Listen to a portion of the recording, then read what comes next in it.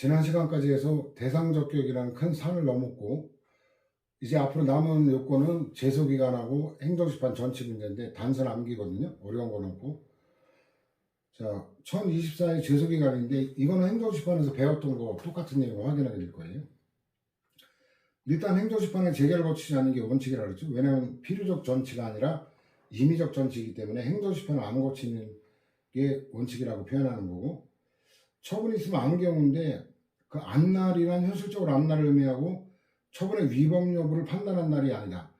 위법 적법은 변환 판단에 관한 거고 소송요건하고 전혀 관계가 없는 거죠.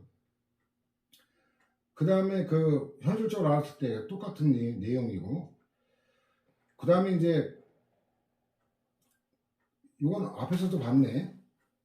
그 당초 처분을 영업자에게 유리하게 변경하는 처분한 경우, 자, 유리하게 변경할 때 이때는 감액경정 마인드라 그랬죠. 그때는 당초 처분인데 내용은 변경된 내용의 당초 처분, 그죠? 대상적격과 제소기간 기산점은 맞물리는 거죠. 그 다음에 특수한 사안인데, 처분 당시에는 취소 소송의 제기가 법제상 허용되지 않아 소송을 제기할 수 없었어요. 그러다가 위헌 결정으로 인해 비로소 취소 소송을 제기할 수 있게 된 경우, 특수한 사안이죠.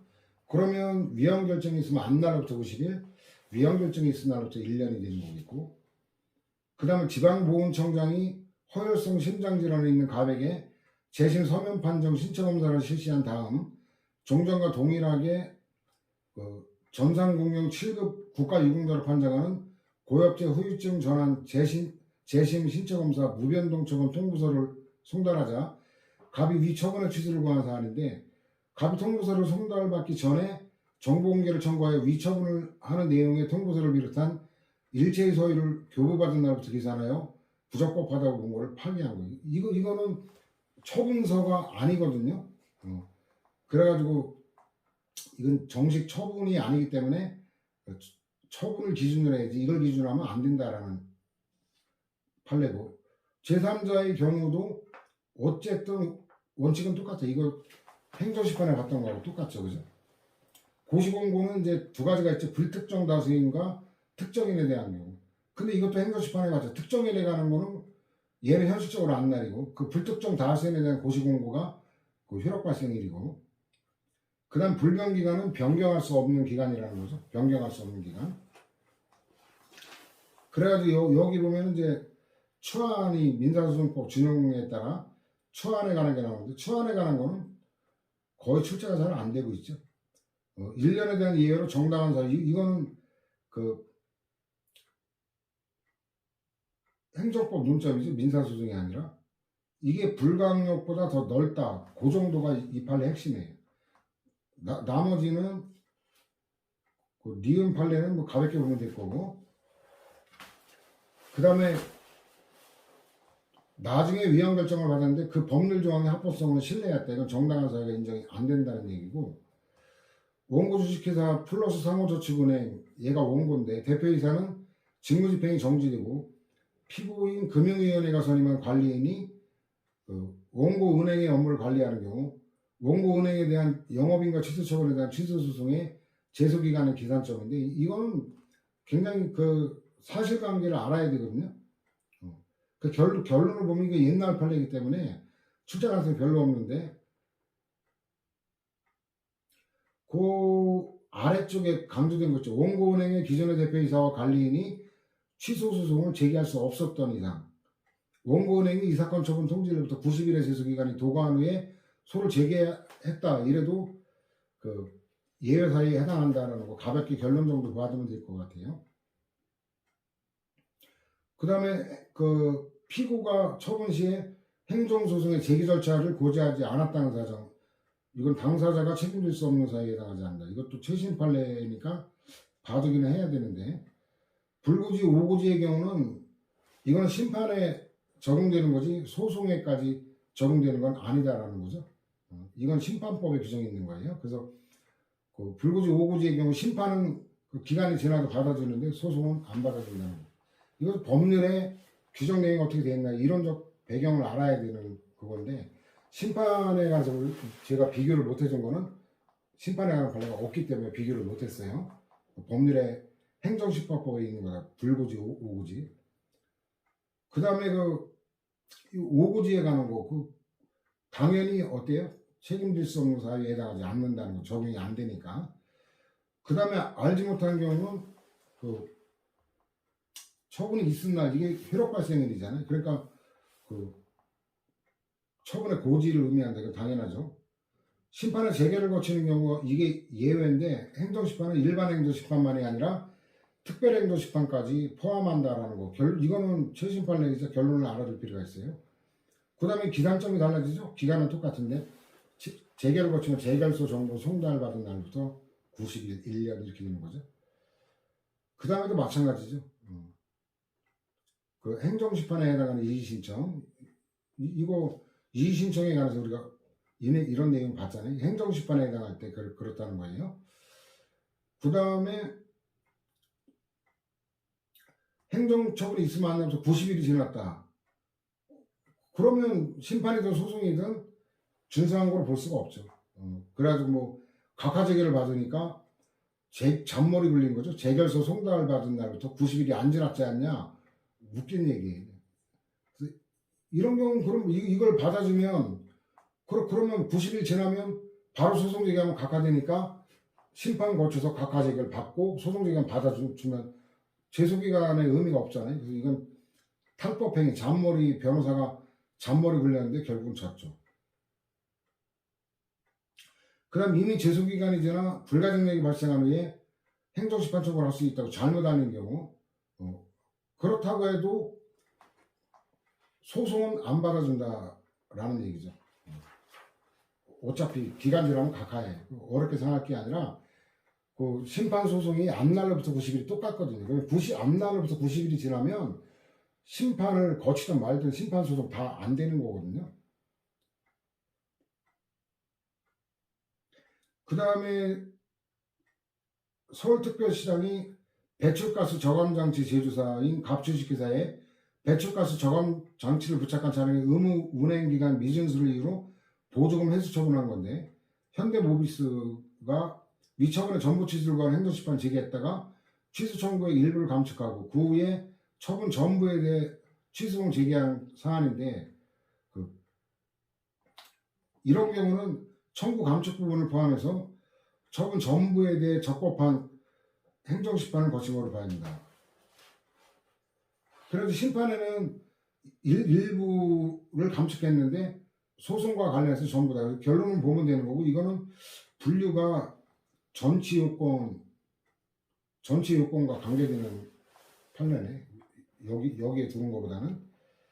그 다음 판단 기준시는 제소시를 기준으로 하는데 소중리 변경은 뒤에 별도로 볼 거니까 넘어갑니다. 청구 취지 기환적 변경인데 이건 최초 회소가 제기된 때를 기준으로 정해야 된다.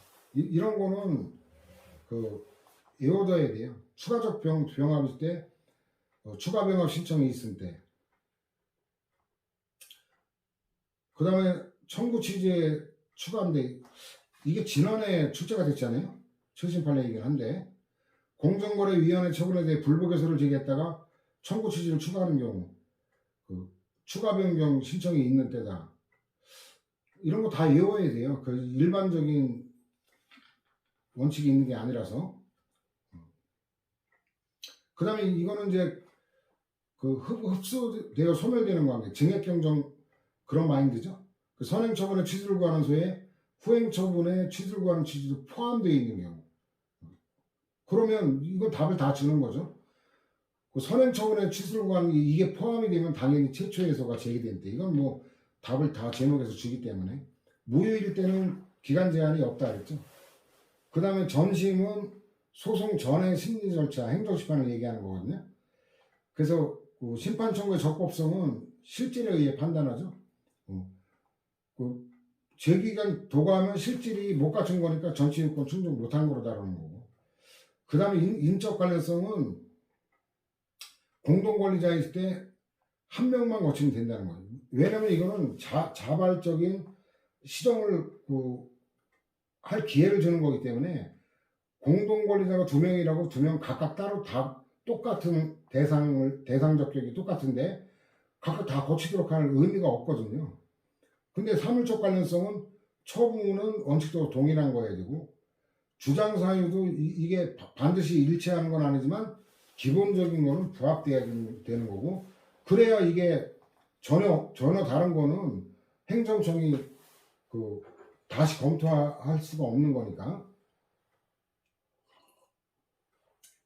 공격 방어 방법에 관한 거는 이거는 말 그대로 기술적인 문제이기 때문에 전심 절차 행정심판에서 주장하지 아니한 것도 소송에서 주장할 수 있다라는 거죠. 이것도 지역적인 건데 출제가 2번이나 됐네요. 취소 소송에 적용되고 이런 건 다 외워야지. 법률에 준용 규정이 있냐 없냐에 따른 거. 무효확인 소송에는 적용되지 않고 무효선을 구한 취소 소송 앞에서 봤죠. 어쨌든 취소 소송이니까 적용되고 제3자 행정행위에도 마찬가지로 적용된다라는 거고 필요적 행정 정치주의 이건 외워야죠. 법률에 그렇게 돼 있는 거니까. 조세행정이 이게 650조에서 인용했던 건데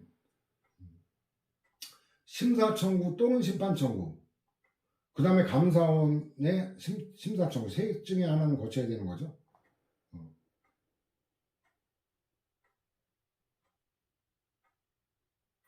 그 다음에 이제 원천 징수 고지에 대해서 전심 절차를 거친 경우 이거 별개다라는 관점으로 봅니다. 원천 징수 고지와 종합소득세 부과처분은 별개다. 그럼 별도로 거쳐야 된다. 재조사 결정인데 이거 굉장히 학계에 관심을 끌었던 전원합의체거든요. 재조사 결론이 어떻게 날지 모르잖아요. 재조사가 만족스러운 결과가 나오면 그런데 불복할 이유가 없잖아요. 그러니까 어때요? 재조사 결정의 결과가 그게 뭐냐 후속 처분이라고 하는 거예요. 재조사하기로 결정한 거는 재조사하겠다는 방향을 밝힌 거지 그 이후의 결과가 어떻게 될지 모르잖아요. 그런 상태에서 소송을 제기하라는 건 말이 안 되잖아요. 그러니까 재조사 결정에 따라 결과인 후속 처분을 받고 나서 후속 처분이 나한테 불리하면 소송 제기하니까 기산점이 후속 처분의 통지를 받은 날이다라는 거는 상식적으로 접근해도 될 거고 그다음 심판 제기하지 아니하고 직접 죄수할 수 있는 경우인데 이거 외워야 돼요. 이건 이제 필요적 정치주의에만 적용되죠. 임의적 정치주의 사례에서는 이까짓 거 아무 의미가 없어요. 근데 이게 법률 자체만 수행으로 출제가 많이 되는 논점이기 때문에 이 도표는 별도로 외우고 이 도표와 연결해서 판례를 보면 될 거예요. 동종사건에 관해 이미 행정심판은 기각제결이 있습니다. 이거 아까 논리 봤죠? 공동권리자일 때 각각 다 거칠 이유가 없죠. 여기도 마찬가지예요. 동종사건이니까 이미 심사를 거친 거는 또 거치는 게 아니고 무의미하거든요. 여긴 논리가 다른 거긴 하지만 행정심판의 재결 결과가 명확하여 인용재결이 예상할 수 없는 경우 쓸데없는 거다. 무의미하다는 거고 한 명이 거치면 나머지 다 거치면 되는 건 아니다. 이건 아까 봤던 거하고 똑같아. 동종사건에 관한 거는 기본적인 점에서 동질성 이건 위헌화된 거예요. 거의 처분사의 추가 변경도 기본적 사실관계의 동일성 거의 유사한 내용들이죠. 그다음 주장이 전혀 별개인 게 아니라 반드시 일치해야 되는 건 아니다. 같은 말이에요. 기본적인 동일성만 인정되면 된다라는 거고. 그 다음에 이제 우리가 하자승계에서 봤던 유사한 목록이 나오죠.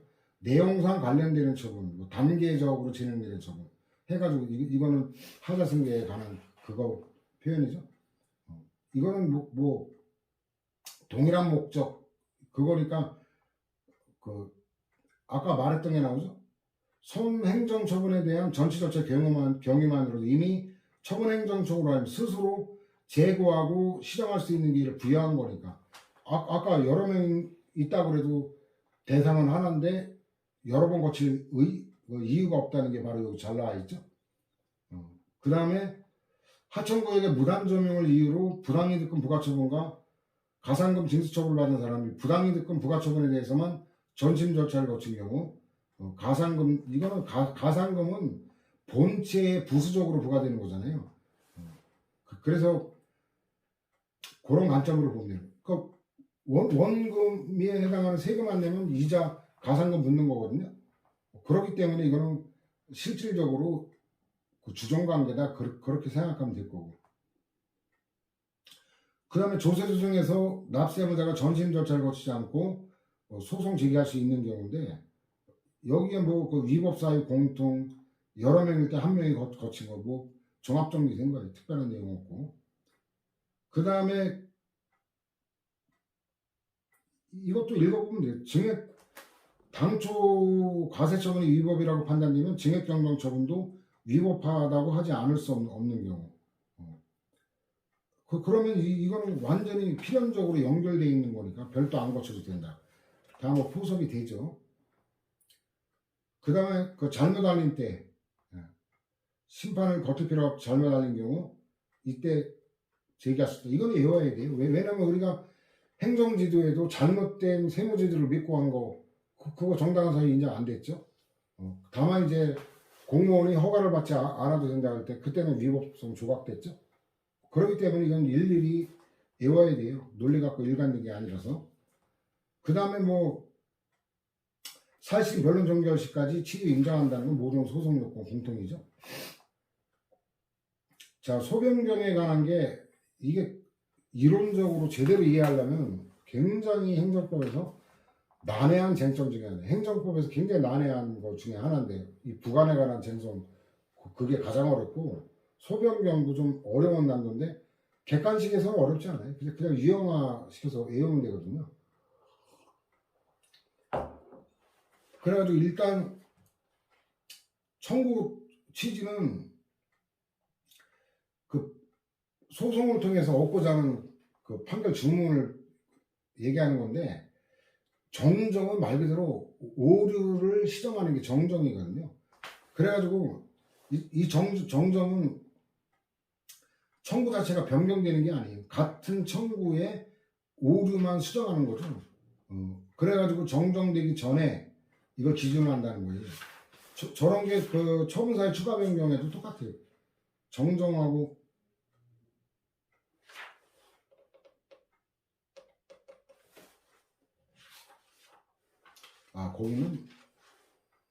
거기는 안 나가는구나.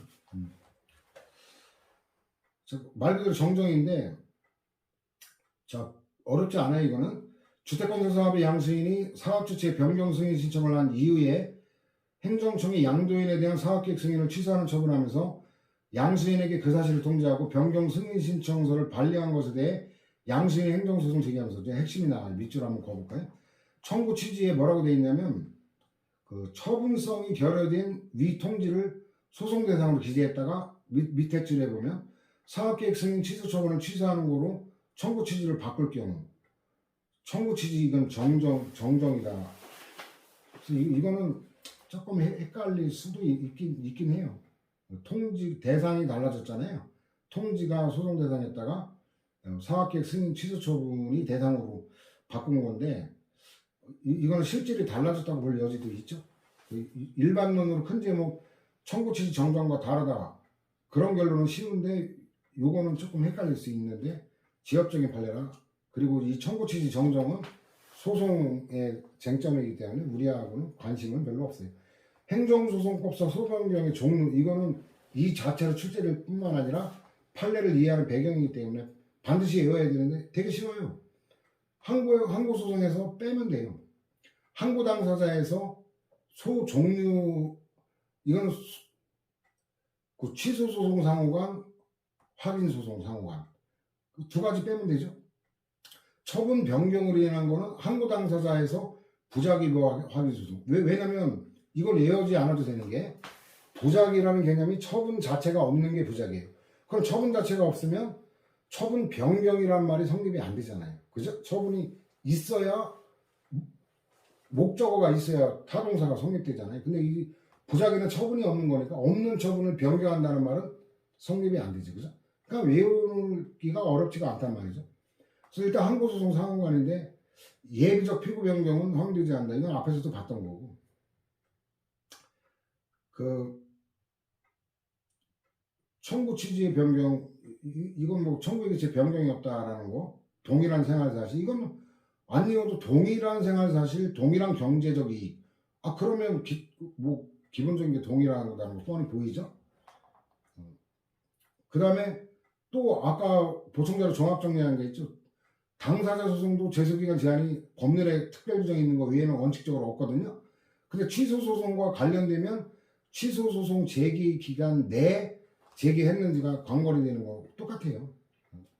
당초 취소 소송이 적법한 기간 내에 제기된 경우 당사자 소송까지 준수한 걸 봐야 된다. 이거 똑같은 논리라 더 이상 제가 언급을 안 해도 되겠고, 그 보충자료 당사자 소송도 종합 정리해 줄 걸 그랬나 아까?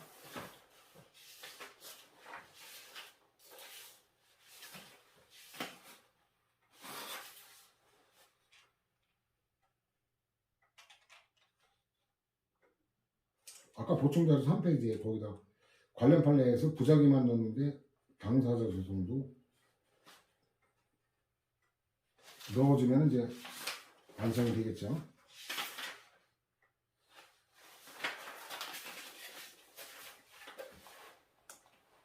그 다음에 항고 당사자인데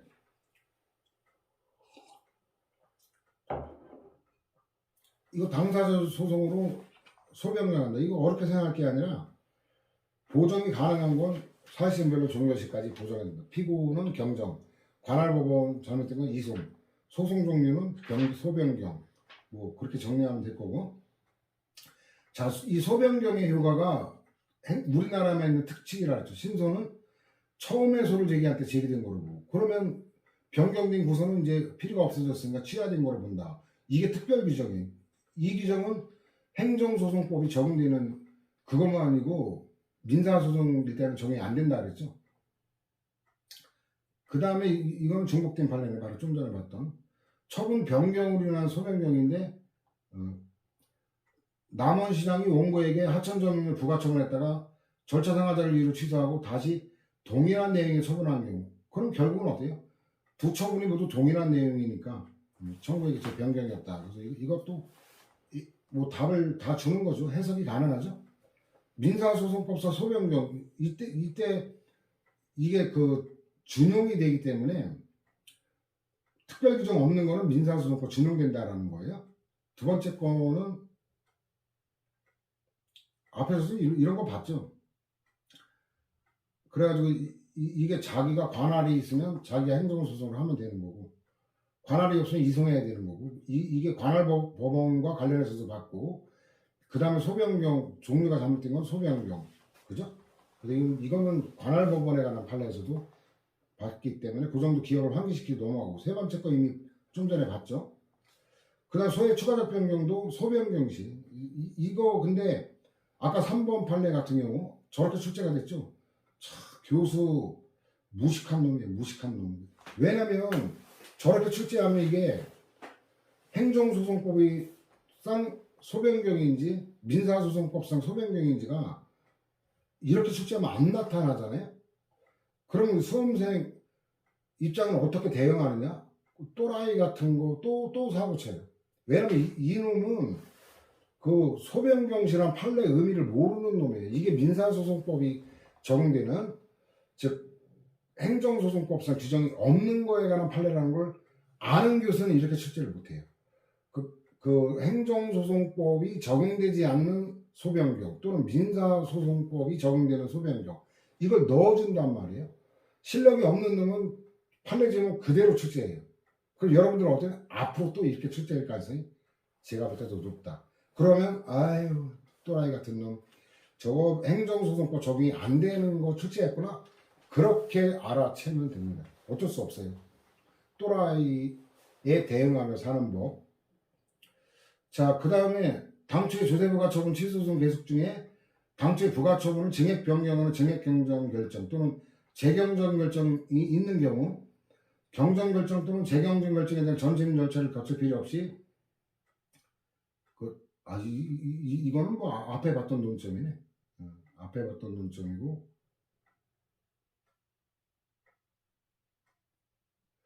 그 다음에 1042 선행처분 뭐가 1042하고 뭐 안 맞네. 보충자 페이지하고 맞네. 선행처분이 이제 주택 재건축 정비사업 조합 설립인가, 이거 특허죠.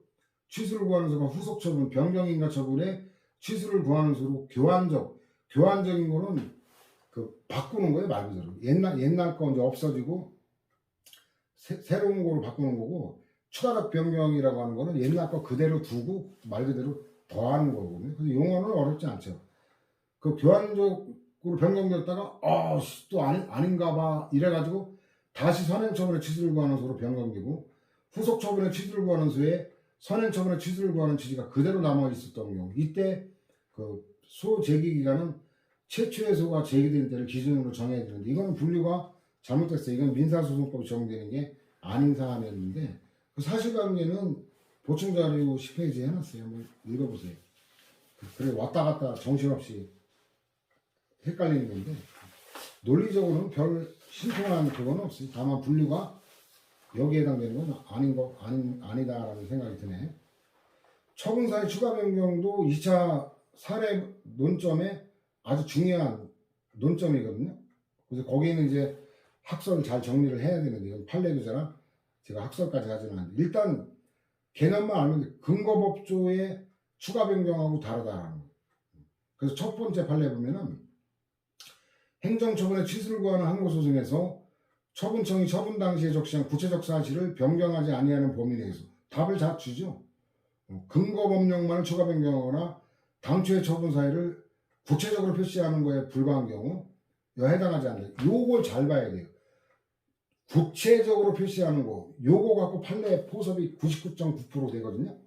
요거를 잘 음미해야 돼요. 처분 사유가 추상적으로 된 거를 좀 부연 설명, 구체적 표시, 요런 감각으로 보면 처분사 추가 변경 인정 부정 사례 99% 먹고 들어가요. 그 다음에 두 번째, 공격 방어 방법, 이거 계속 나오죠. 아까도 나왔는데 얘하고도 다르다라는 거죠.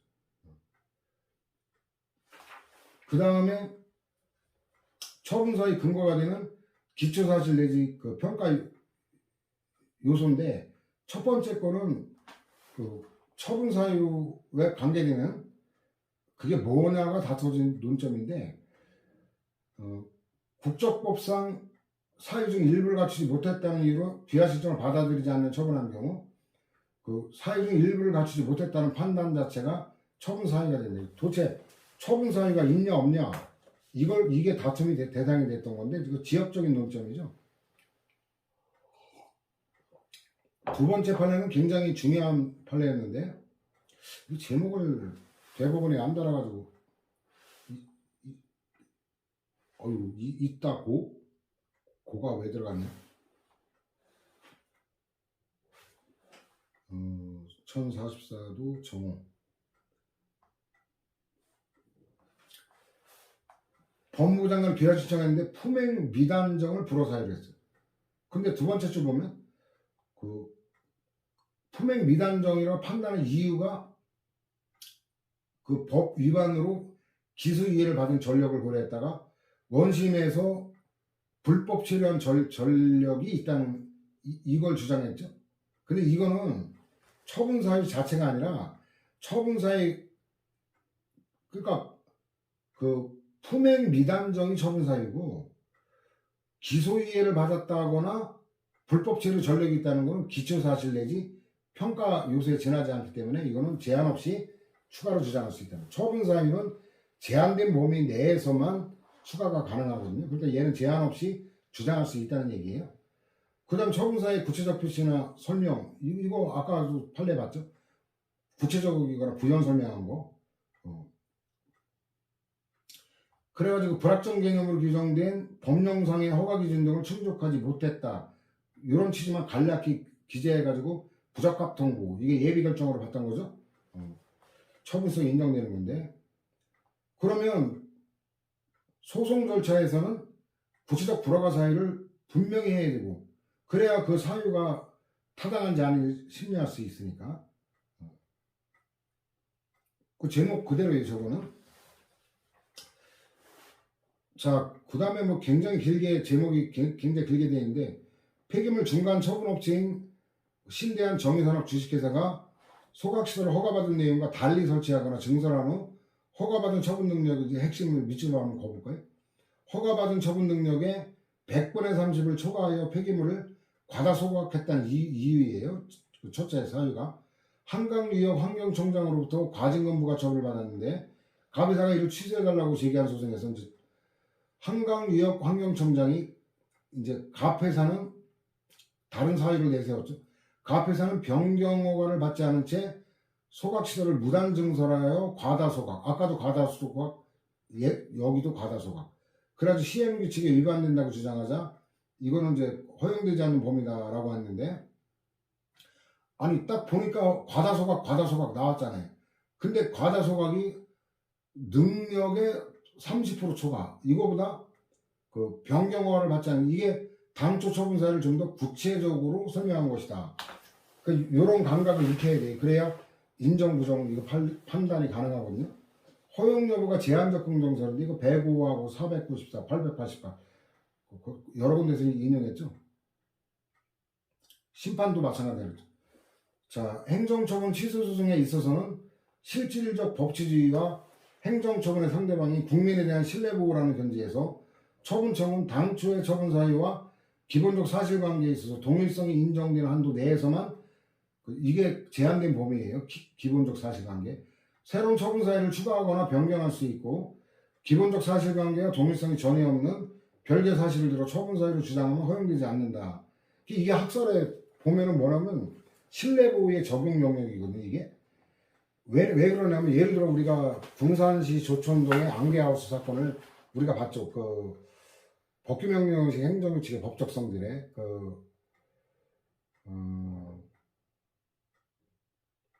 청소년 보호법 시행령, 그 대통령령에. 자, 근데 내가 미성년자 조모양, 입모양 당시 17세였는데 얘네들을 이용접대로 고용한 적은 있어도 적어도 나는 미성년자에게 주류를 판매한 바는 없어. 내가 확신하는데.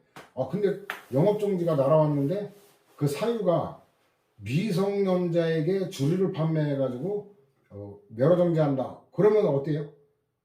나는 미성년자를 유흥접대로 고용한 사실이 있어도 미성년자에게 주류를 판매한 바는 없다. 이러면 내가 재판에 이길 거라 생각하고 소송을 제기했단 말이에요. 근데 어때요? 행정청이 소송 단계에서 이 자식 내가 웬만하면 조모양, 입모양 얘기는 안 하려고 그러는데 이 나쁜 자식아 너 입모양, 조모양 6일간 고용해가지고 이 자식아 그러면 얘는 어떻게 되는 거지? 아니 나쁜 자식아 그 사실을 네가 알고 있었으면 진작 처분 사유로 알려줬더라면 내가 불복을 안 했을 거 아니야. 이 자식아 질거 뻔하니까 이게 바로 그 원고의 신뢰보호 때문에 제한된다는 논거예요. 근데 이게 웃긴 게 뭐냐면 그러면 기본적 사실관계가 동일한 범위에 제한하면 그 동일한 거는 추가 변경하면 재판 한 번으로 끝나요. 그러면 기본적 사실관계의 동일성이 인정되지 않는 다른 처분 사유라면 어떻게 돼요? 그럼 다른 처분 사유로 다시 영업정지하면 소송 또 제기해야 돼요. 이걸 뭐라고 표현하느냐? 분쟁의 이례적 개격에 반한다라는 거. 그러니까 이거 원고의 신뢰보호 때문에 제한된 범위에서 허용하자라는 게 별로 원고에게 실질적으로 도움이 안 돼요. 원고의 입장에서는 어찌됐든 재판 한 번으로 끝내는 게 낫지 두 번 재판하는 것보다. 그러니까 이게 제가 볼 때는 이거 보면서 짜증이 확 나요. 아니 뭐 재판 그럼 결국 원고 신뢰보호 때문에 너 도와줄게 라는 동기가 재판 두 번 해야 되는 결과가 될 수 있어요. 그래서 제가 볼 때는 별 신통치 않은 그런 거다라고 보면 행정처분의 취소를 구하는 항고소송이 있어. 좀 부연 설명 이러면 자꾸 어려워지는데 객관식에 이런 게 필요할까? 그래도 관련되는 범죄에만 쉽게 얘기해요. 예를 들어 이게 이유 제시하고 처분 사유는 이건 다른 거예요. 그걸 이해하기가 쉽지 않아요. 그래서 그거는 생략하고 자 이유부기 하자가 있다. 그러면 하자 치유는 언제까지 가능해? 소송 단계에서 안 된다는 거 분명하죠. 그래서 하자 치유와의 관계는 하자 치유는 소송 전 단계까지만 되는 거예요. 심판 단계에서 되는지 안 되는지는 판례 해석이 나눈다 그랬죠. 그 심판 단계에서 인정한 판례를 모르는 곳에서는 심판 단계에서도 안 된다고 잘못 해석하고 있는데, 그 이의제의 하자 치유 문제와 그건 소송 전까지 끝날 문제. 그때까지 치유가 안 되면 끝나요. 이제 소송 제기됐다 그러면 이제 치유는 끝난 거예요. 치유 가능성은 없어지고 이제 처분사의 추가 변경에 이 문제로 접어드는 거예요. 그래서 논의 단계가 이건 소송 제기된 이후의 단계다라는 거, 하자 치유는 소송 단계에 안 된다라는 거, 그 정도는 객관식 논점이고 어렵지 않으니까 여러분들도 그 정도는 소화를 해야 됩니다. 그 다음에 기본적 사실관계 동일성이 안 보면 헷갈려요. 법학이기 때문에 법률적 평가의 동일성일 것 같은데 그게 아니라 사회적 사실관계의 동일성이라는 거. 그 다음 당초 처분의 근거로 제시한 사유가 실질적인 내용이 없는 경우, 그럼 소송 단계에서 처분 사유를 추가하여 주장할 수 없다. 자, 추가라는 말이 뭐예요? 개념상 국어가 뭐가 있어야 추가라는 개념이 성립되죠. 그럼 아무것도 없으면 추가라는 말이 성립이 안 된다. 이 논리거든요, 판례가. 저거는 뭐 법지식이 아니라 국어 개념 문제예요. 자, 거부 처분이든 이건 뭐 제가 편의상 나눈 거지. 아까 부연 설명 구체화. 자, 한번 볼까요? 이럴 거 하나밖에 없어요. 허가 기준에 맞지 않아 반려한다. 그럼 아니 씨발 뭐 그럼 허가 기준 도대체 뭐가 안 맞는다는 거냐? 구체화 시켜서 이격거리 기준 위반이다. 구체적으로 설명했죠. 그 다음에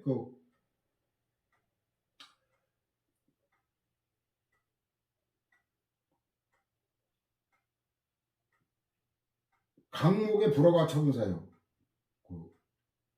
이건 목을 다른 목으로 바꾼 사안이에요. 그 법률의 체계가 어떻게 되냐면 조항호 목이거든요. 같은 내용이 조로 들어가요. 조 중에도 미묘하게 나눠진 내용이 그 중에 더 같은 내용이 항으로 들어가는 거고, 그 중에도 더 같은 항이 호로 들어가는 거, 같은 호로 들어가는 거. 그러니까 목까지 내려가면 이거는 기본적 사실관계가 동일하다라는 게 나와요. 그래서 여기는 이제 조금 수정을 하는 게 좋겠네요. 강목 간에 이거니까 강목 간에 이게 안 나와가지고 좀 그런데, 세 번째 거는 외워야 돼. 이거는 논리적으로 납득이 안 가요. 이거 하나 외워야 돼. 자, 정규주 신문에 대한 정기간행물 등록 신청 거부 처분 시 발행 주체가 불법 단체라는, 이게 주체의 문제잖아요.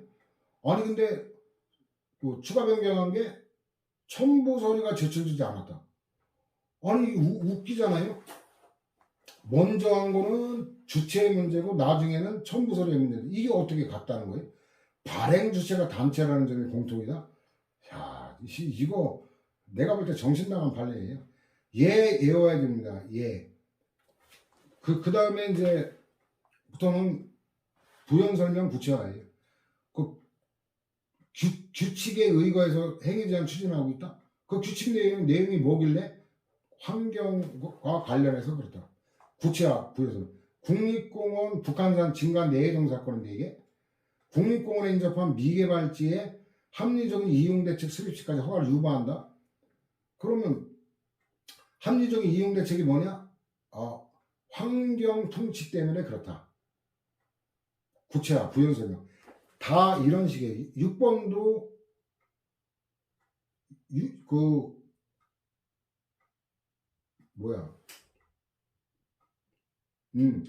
검찰 보존 사무 규칙도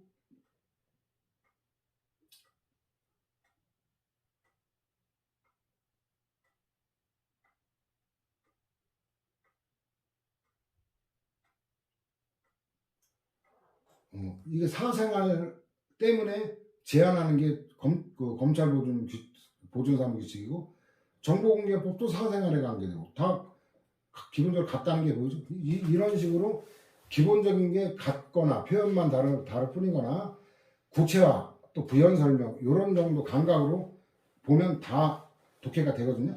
그래서 이거는 여러분에게 그 정도로 넘겨도 거부만 그러냐? 나머지 다 똑같아요. 예를 들어 1051페이지 침해적 제재적 처분 볼까요? 여기도 26조 위반 명의이용 금지 위반, 명의이용 금지 위반은 다른 말로 하면 뭐예요? 다른 말로 하면 직영으로 운행하고, 명의 대여 하지 말고 직영으로 운영하라. 그게 그 말 아니에요? 다 이런 식이에요. 다 이런 식이고 또 같은 세목이에요. 갑종 근로소득세 같은 세목 안에 이것만 달리하는 거. 그러니까 이거는 외울 게 없어요. 외울 게 없기 때문에 그 여러분에게 넘겨도 된다는 거지. 제가 이유 없이 넘어가냐. 아, 저 새끼 설명하기 귀찮으니까 안 하는 건 아니에요. 제가 설명하는 거 갖고 다 읽어봐요. 독해가 안 되면 질문하세요. 자, 그 다음에 1053에 추가 변경이 사유의 기준시. 그 위법적법 판단 기준시가 처분시죠. 얘도 마찬가지다. 그 제목에 처분시라고 쓰면 끝날 걸. 제목에 괄호하고 기준시 괄호 처분시.